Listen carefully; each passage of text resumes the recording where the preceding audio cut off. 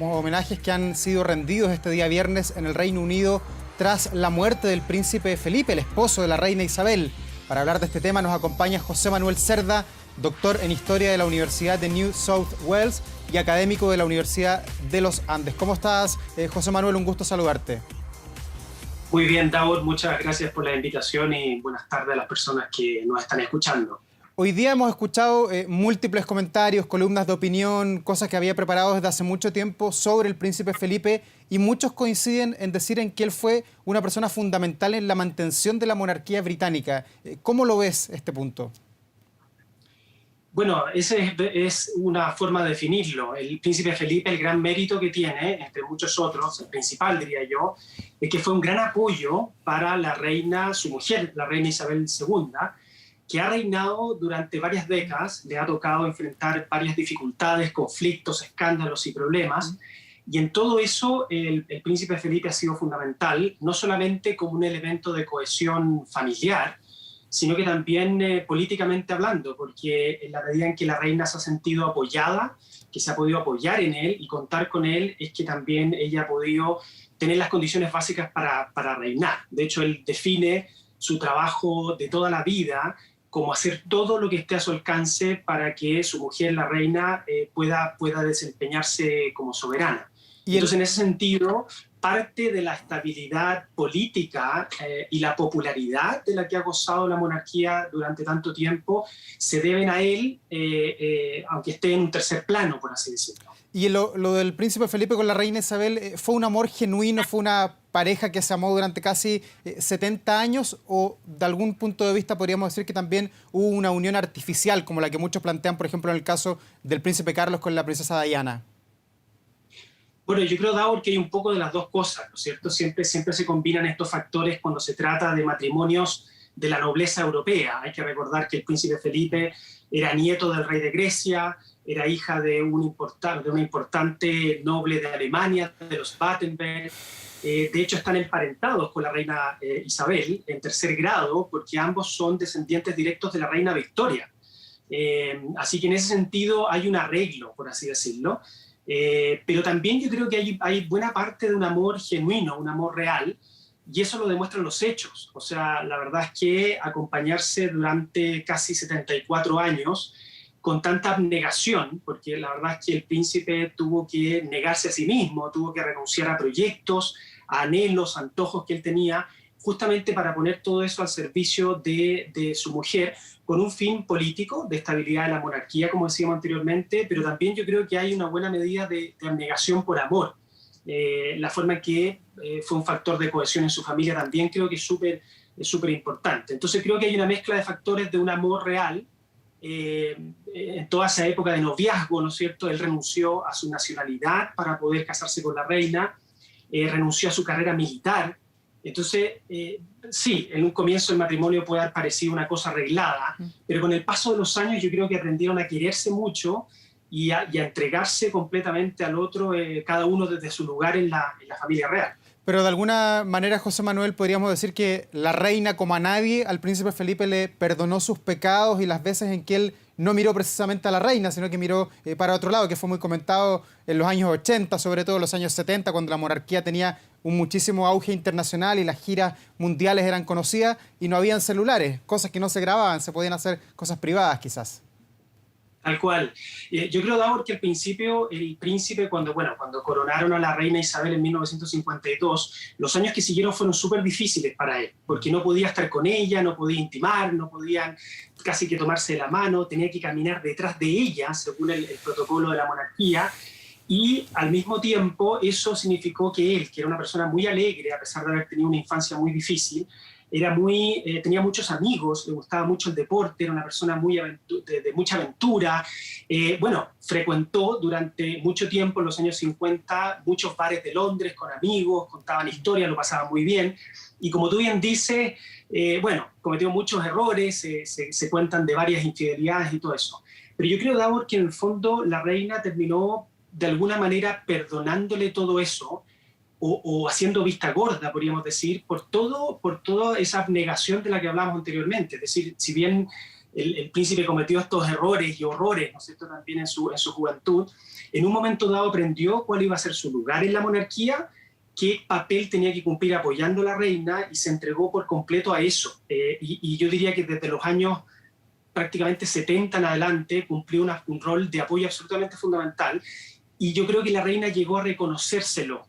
Y llegó un poco a perdonarle lo que había pasado en épocas más jóvenes, producto de esa entrega y esa generosidad que tuvo Felipe para, como te dije, cancelar y renunciar a una carrera militar y a las cosas que le gustaban para poder apoyarla a ella. José Manuel, ¿y cuál es la imagen internacional que queda del príncipe Felipe, que estuvo en nuestro país por lo menos en dos oportunidades? Una con la reina, en otra oportunidad vino en solitario a Chile. Él viajó mucho, en el último tiempo fue un hombre que se le veía en campañas muy vinculadas al medio ambiente, algo que también ha seguido el príncipe Carlos, pero también muchos dicen que hablaba de más, que no tenía quizás el cinto o la mascarilla para usar lenguaje de estos tiempos que tiene que tener alguien de la realeza, y fue imprudente muchas veces, ¿o no? Sí, lo que pasa es que lo que para algunos es imprudencia, para otros es sensatez. Era un hombre muy directo, que tuvo, como te dije, una infancia muy dura, muy difícil. No era muy amigo de la corrección política.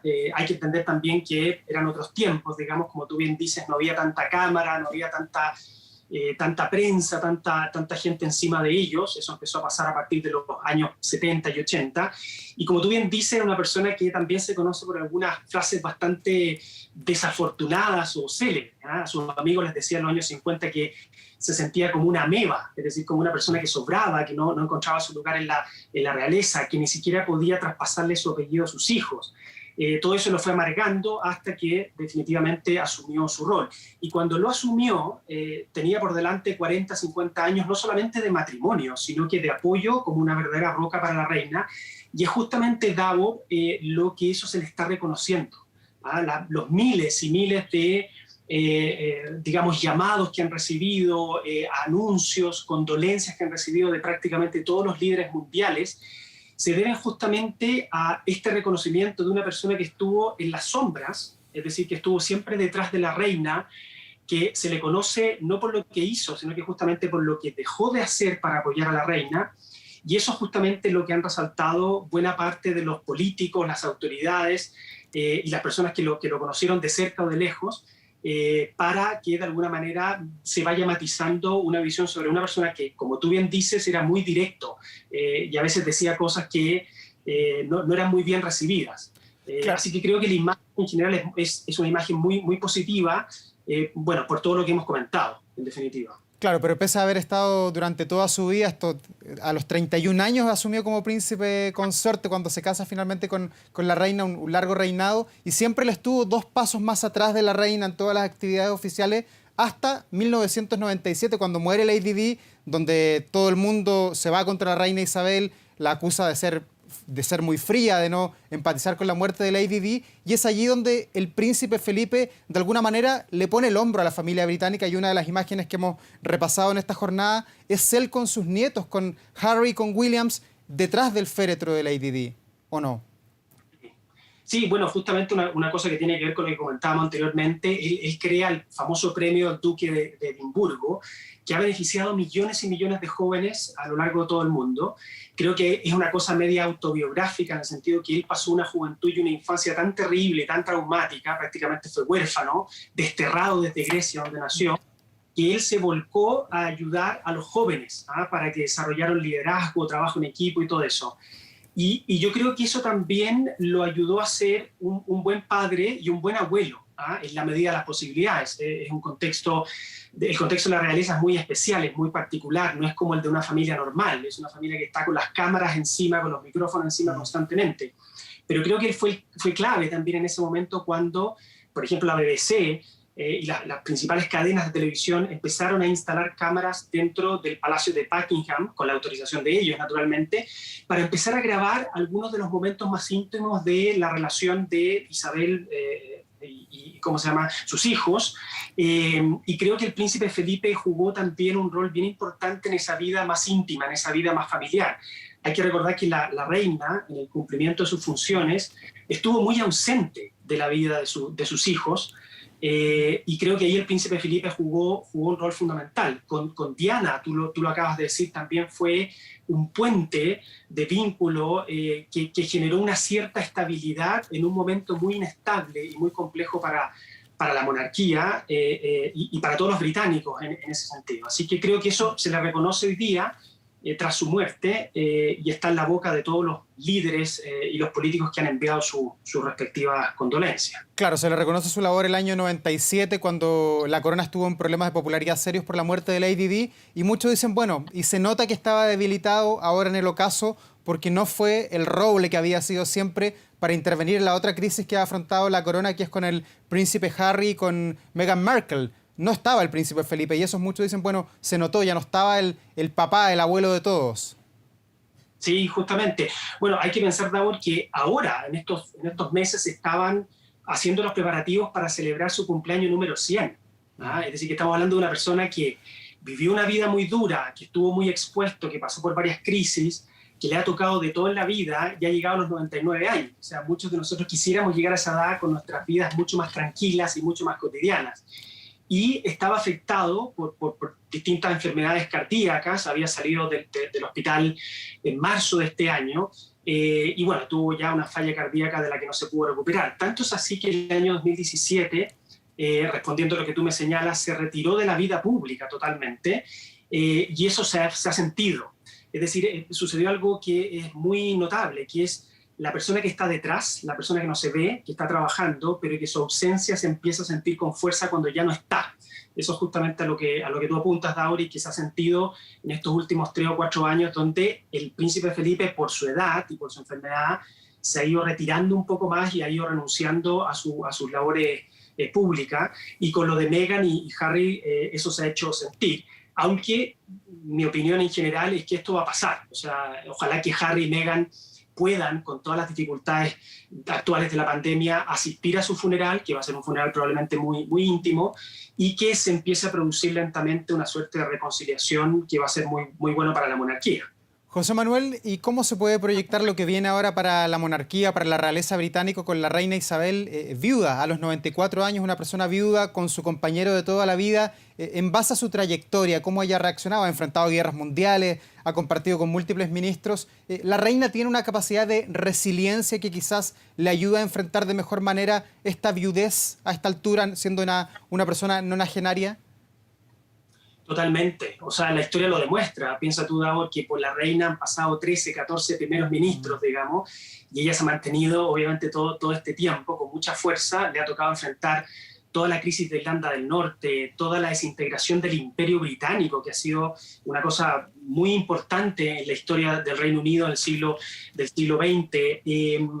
Ha tenido que mantener unida también la Commonwealth y cumplir un rol de liderazgo que evidentemente Inglaterra ya ha ido perdiendo con el paso del tiempo. Le tocó todo el periodo de la posguerra, después de la Segunda Guerra Mundial, de la reconstrucción, no solamente material y económica, sino que también emocional de los británicos.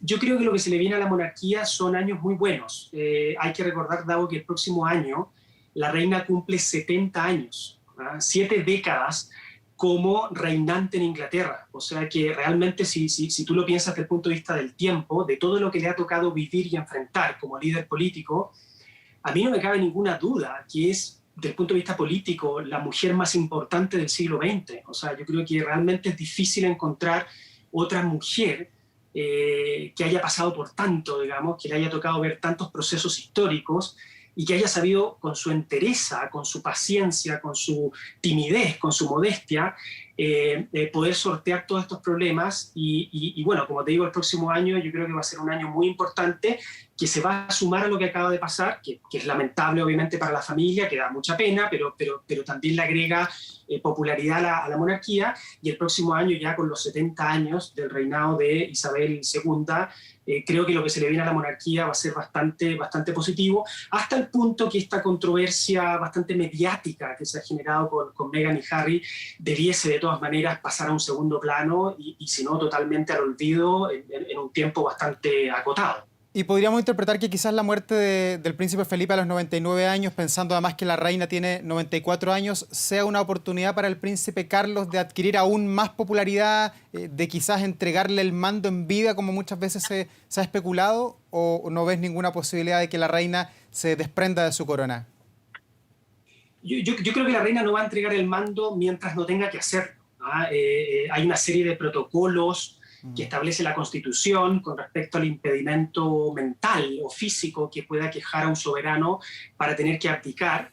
Han habido muy pocos casos de abdicación en la historia de Inglaterra. Hay reyes que le cortaron la cabeza, hay reyes que han sido desterrados, hay reyes que tuvieron que enfrentar revoluciones, pero hay muy pocos reyes que han tenido que abdicar en vida, ¿no? Porque han muerto en el campo de batalla o en otras circunstancias muy típicas de la monarquía.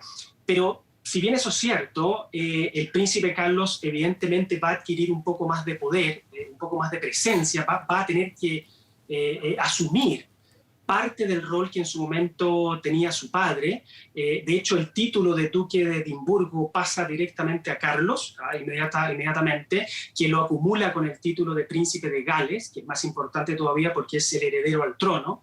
Yo no veo en el corto plazo a la reina entregando ninguna de sus funciones ni de sus poderes, pero claro, como tú bien dices, tiene 94 años. O sea, la verdad es que no conozco a muchas personas de esa edad que tengan las riendas de una nación, después de todo lo que ha pasado, de manera tan firme, tan preclara y tan sabia como lo ha sabido hacer la reina, con todos sus problemas y sus defectos como los tiene cualquier ser humano. José Manuel, tú decías que la muerte del príncipe Felipe de alguna manera le va a dar, en estos tiempos de oscuridad y tristeza, mayor popularidad aún a la monarquía británica entre los británicos y también a nivel mundial.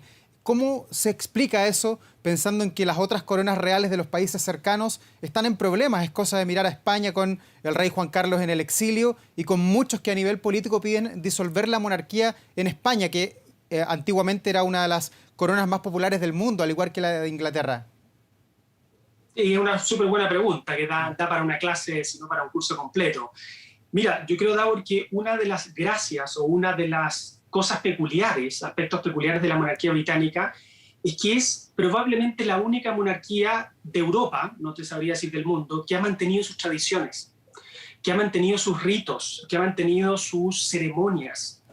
Y uno puede pensar, bueno, ¿qué importa esto para la popularidad política? Y importa mucho.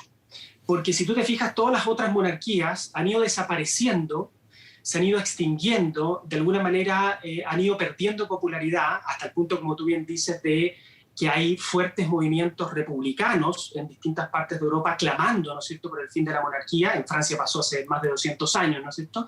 En cambio, en Inglaterra, la monarquía goza de una popularidad y de una afición muy particular, muy especial. Eso no, o sea, la monarquía británica tiene mucha más popularidad y mucha más aceptación que la gran mayoría de los presidentes elegidos democráticamente en todo el mundo. Entonces, claro, uno eso no lo entiende, cómo se lo explica, y yo creo que se debe a eso, porque el haber mantenido las ceremonias, el haber mantenido todos esos rituales, todos esos protocolos que nos parecen tan fríos, ¿no es cierto? Quien ha visto la serie The Crown se impacta, ¿no es cierto?, por la frialdad de los protocolos, ¿no es cierto?, que no parecen personas humanas, sino que tienen que seguir como máquinas, todo eso, es parte también del éxito, del hecho de que han sabido perdurar en el tiempo, porque justamente todos esos ritos, todas esas ceremonias, todas esas procesiones que ya no son familiares, sino que pertenecen a la institución de la monarquía, que es milenaria, son también, Davor, una conexión de un pueblo con su pasado.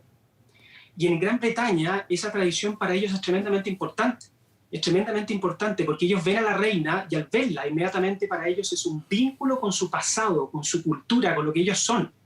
Entonces, claro, uno desde afuera, en otros países le cuesta entenderlo y no lo comprende. Pero creo que ahí está en gran parte el éxito y la popularidad de la que goza la monarquía británica. Es decir, que es una monarquía tremendamente tradicional, en el sentido de preservar y cuidar, hasta dar la muerte, por así decirlo, sus tradiciones y sus ritos. A diferencia de casi todas las otras monarquías que se han modernizado, por así decirlo, y uno podría pensar, bueno, si se modernizan entonces van a sobrevivir. No, es que en el caso de la monarquía pasa todo lo contrario. Mientras más se han modernizado las monarquías, se vuelven redundantes y terminan extinguiéndose o desapareciendo. Claro, pero tiene mucho que ver, José Manuel, con que no ha habido una renuncia de la reina. Uno ve lo que pasó en Holanda, la reina Beatriz se fue, el rey Juan Carlos también abandonó y le entregan a los hijos la posta. Y es allí donde nacen los problemas, que es el gran temor que también uno podría pensar podría ocurrir en Inglaterra cuando asuma el rey Carlos a futuro, si es que se produce alguna vez eso, si es que no le pasa la corona a su hijo, al príncipe Willy. Y sí, no, eso es cierto. O sea, la verdad es que yo siempre digo, los historiadores trabajamos con el pasado y es muy difícil saber lo que va a pasar efectivamente. Pero en proyección, yo creo que el príncipe Carlos va a ser un buen rey, ¿ah? En general. Y esto, Davor, porque no pueden hacer lo que se les antoja, no pueden hacer lo que quieren, sino que tienen que hacer lo que deben hacer. Eso no necesariamente implica que van a asumir ese rol de manera responsable, como lo ha hecho la reina Isabel. Pero yo creo que es importante, Davor, entender que pesa sobre sus hombros toda una tradición tan milenaria y que, por lo tanto, se lo van a pensar dos veces antes de cometer actos que puedan poner en peligro a la monarquía. Estábamos hablando en su momento del príncipe Felipe, que le costó muchísimo entender esto, le costó mucho aceptar esto, pero finalmente lo aceptó. Y porque lo aceptó y lo asumió, es que se transformó en una roca de apoyo y en un factor de estabilidad, no solamente para su mujer, sino que para toda la monarquía británica. Entonces, creo que eso es algo que se le puede haber transmitido a Carlos de una manera bastante concreta, quizás no tanto el afecto, quizás no tanto el amor paternal, pero sí ese sentido de deber, ese sentido de compromiso con estos ritos, tradiciones, costumbres que hemos descrito desde la coronación, desde todo lo que significa la monarquía británica, que dicho sea de paso, genera una cantidad de turismo realmente impresionante. La gente viaja al Reino Unido, entre otras cosas,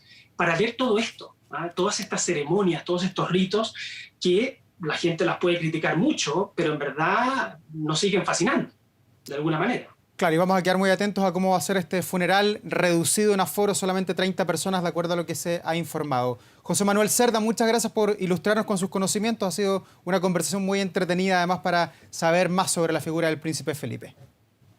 Muchas gracias, Tao. Hasta luego. Chao, buenas tardes. Van a ser ya